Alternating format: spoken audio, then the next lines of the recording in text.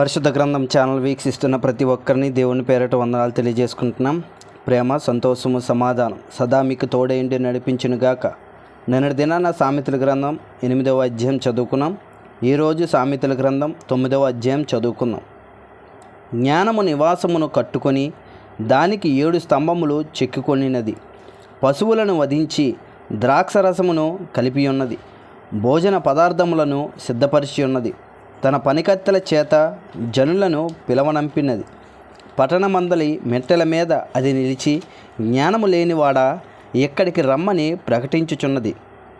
తెలివి లేని వారితో అది ఇట్లా అనుచున్నది, వచ్చి నేను సిద్ధపరిచిన ఆహారమును భుజించుడి, నేను కలిపిన ద్రాక్షరసమును పానము చేయుడి. ఇక జ్ఞానము లేని వారై ఉండక బ్రతుకుడి. తెలివి కలగజేయు మార్గములో చక్కగా నడువుడి. అపహాసికులకు బుద్ధి చెప్పువాడు తనకే నింద తెచ్చుకొనును. భక్తిహీనులను గద్దించు వానికి అవమానమే కలుగును. అపహాసికుని గద్దింపకము, గద్దించిన ఎడల వాడు నిన్ను ద్వేషించును. జ్ఞానము గలవానిని గద్దింపగా వాడు నిన్ను ప్రేమించును. జ్ఞానము గలవానికి ఉపదేశము చేయగా వాడు మరింత జ్ఞానము నొందును.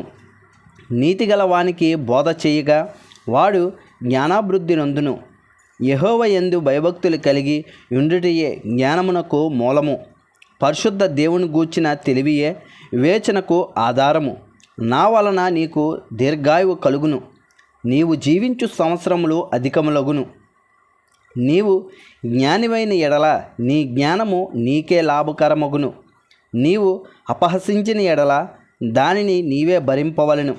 బుద్ధిహీనత అనునది బొబ్బులు పెట్టినది. అది కామకురాలు, దానికేమీ తెలివిలేదు. అది తన ఇంటి వాకిట కూర్చుండును. ఊరి రాజవీధులలో పీఠము మీద కూర్చుండును. ఆ దారిన పోవు వారిని చూచి, తమ త్రోవను చక్కగా వెళ్ళి వారిని చూచి, జ్ఞానము లేనివాడా ఇక్కడికి రమ్మని వారిని పిలుచును. అది తెలివి లేనివాడొకడు వచ్చుట చూచి, దొంగిలించిన నీళ్లు తీపి, చాటున తినిన భోజనము రుచి అని చెప్పును. అయితే అచట ప్రేతలున్నారనియు దాని ఇంటికి వెళ్ళువారు పాతాళ కూపంలో ఉన్నారనియు వారికి ఎంత మాత్రమునో తెలియదు. ఇంతటితో సామెతల గ్రంథం 9వ అధ్యాయం పూర్తయింది. రేపటి దినాన సామెతల గ్రంథం 10వ అధ్యాయం చదువుకుందాం. ప్రేమ, సంతోషము, సమాధానం సదా మీకు తోడేంటి నడిపించునుగాక. ఆమెన్.